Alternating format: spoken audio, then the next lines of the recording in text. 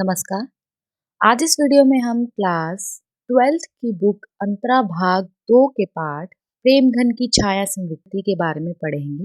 इससे पहले मैं 9th, 10th और 11th की वीडियोस बना चुकी हूँ और ये 12th की वीडियोस मैंने शुरू कर दी है।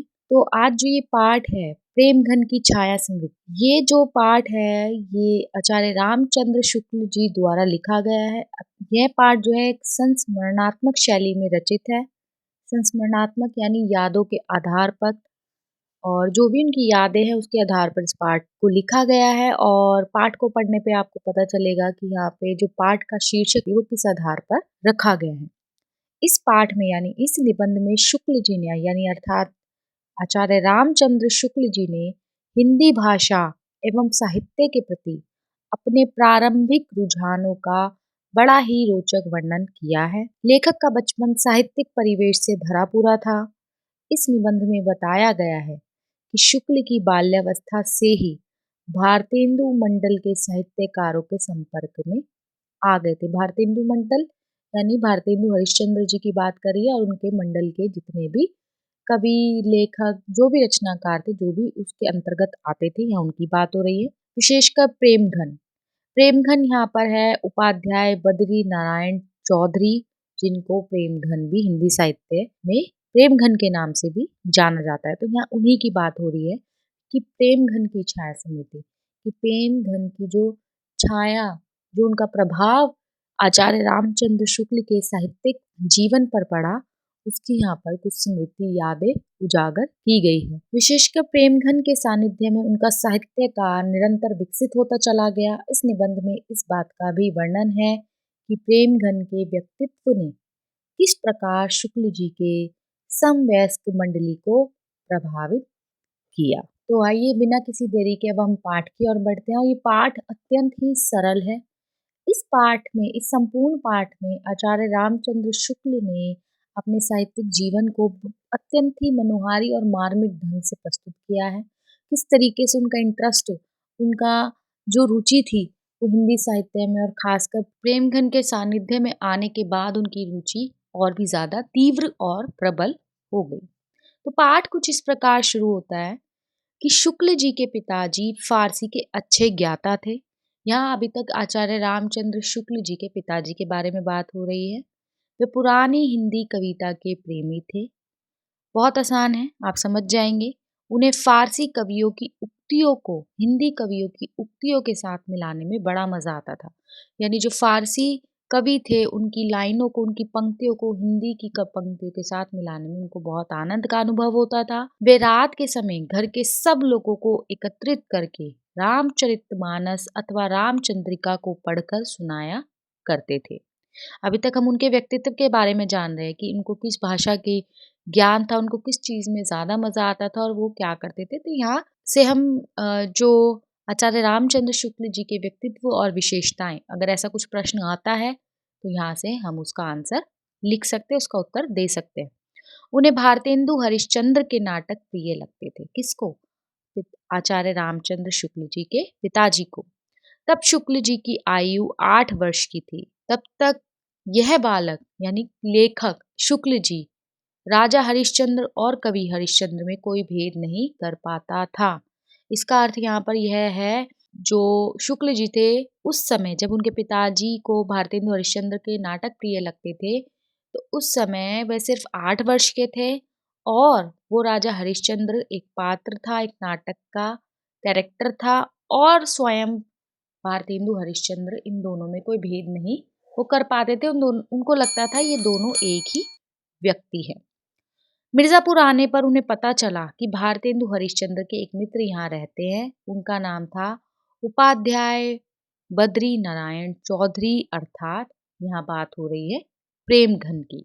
अब मिर्जापुर आने पर यानी जब शुक्ल जी के पिताजी का तबादला मिर्जापुर हुआ, यानी वो पहले कहीं और नौकरी करते थे और तबादला होने पर वो मिर्जापुर आए, और मिर्जापुर आने पर उन्हें पता चला कि भारतेंदु हरिश्चंद्र जी के मित्र, जिनका नाम है उपाध्याय बद्री नारायण चौधरी अर्थात प्रेमघन, वो यहीं रहते हैं। वे हिंदी के प्रसिद्ध कवि थे।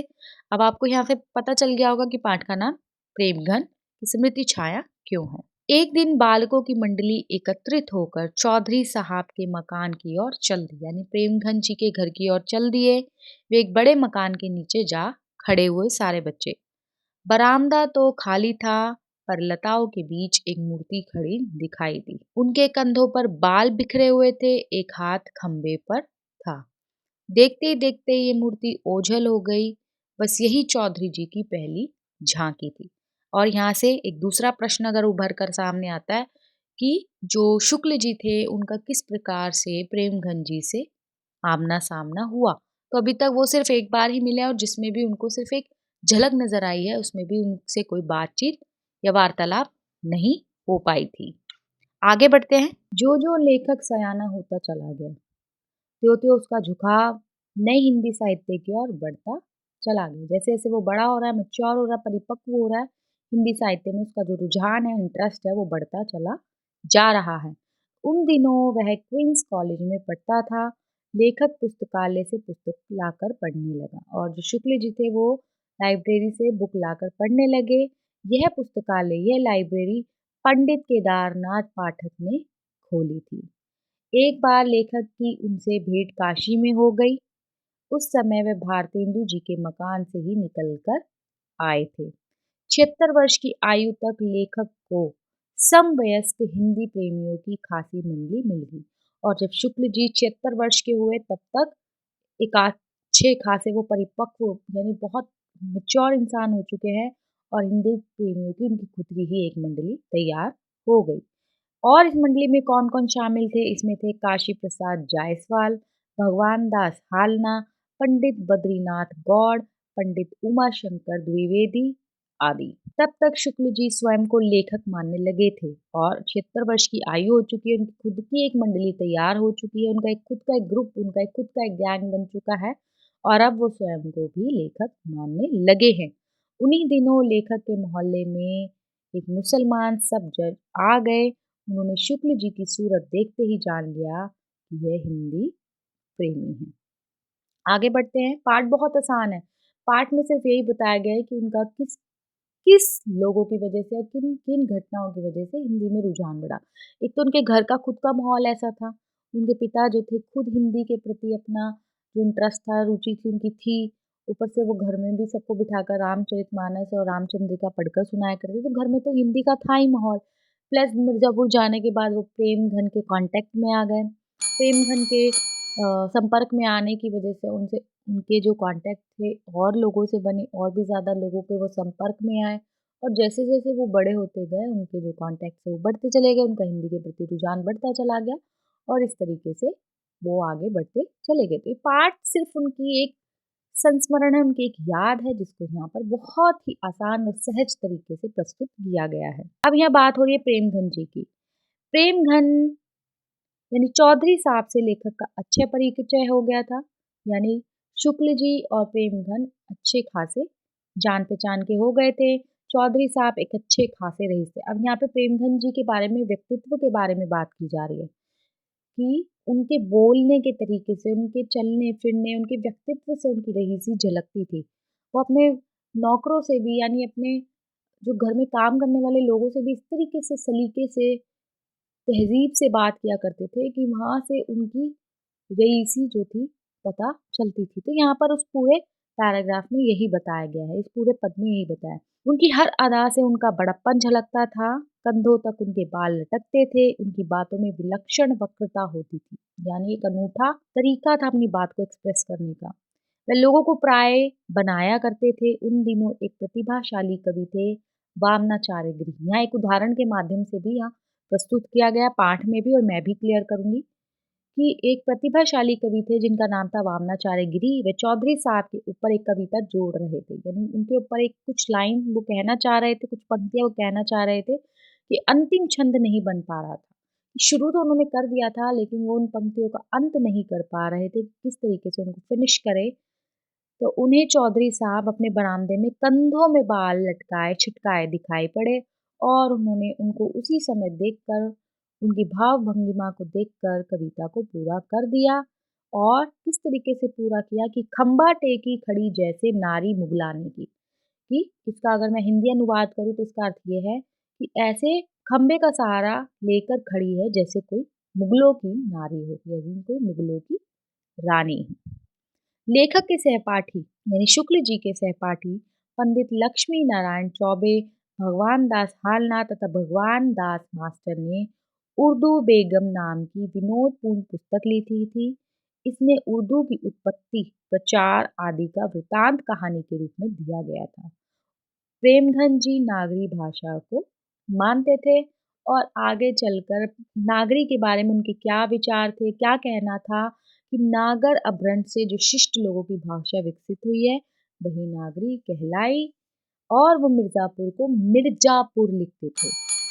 मिर्ज़ापुर आप जानते हैं आज के टाइम में बहुत ट्रेंडिंग में सीरीज़ भी आ रही है मिर्ज़ापुर, तो उसी मिर्ज़ापुर की उस जगह की ही यहाँ बात हो रही है कि वो मिर्ज़ापुर को मिर्ज़ापुर लिखते थे। तो यहाँ उपाध्याय जी की बात हो गई है। पाठ अत्यंत सरल है, शुरू से बताते हुए चल रही हूँ। एक संस्मरणात्मक शैली है जिसमें आचार्य रामचंद्र शुक्ल जी ने अपनी स्मृतियों को उकेरा है, जिसमें प्रेमघन की स्मृति छाया यानी उनके सानिध्य में आने के बाद उनका साहित्य में किस प्रकार रुझान और भी ज़्यादा तेज़ी से बढ़ा उसकी ओर यहाँ पर इशारा किया गया है। साथ ही साथ उनके पिताजी की विशेषताएँ बताई गई है। लेखक का जो भावना है उनको उकेरा गया है।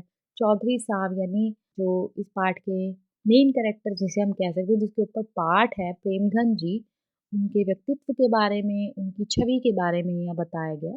तो सारी चीज़ें यहाँ पर उजागर की गई हैं।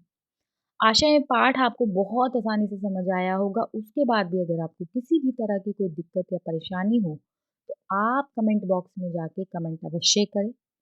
साथ ही साथ इस पाठ के जो प्रश्न उत्तर है इसकी पीडीएफ भी आपको मिल जाएगी। और उसके बाद भी अगर आप किसी भी तरह की कोई डिमांड या इच्छा प्रकट करते हैं तो आप कमेंट ज़रूर करें, आपकी इच्छा को पूरा ज़रूर किया जाएगा। और अगर आप मेरे चैनल को सब्सक्राइब करें, और जो लोग मेरे चैनल के साथ नए हैं वो मेरे चैनल को ज़रूर सब्सक्राइब करो। जो पहले से ही मेरे साथ जुड़े हुए हैं उनका बहुत बहुत धन्यवाद। नमस्कार।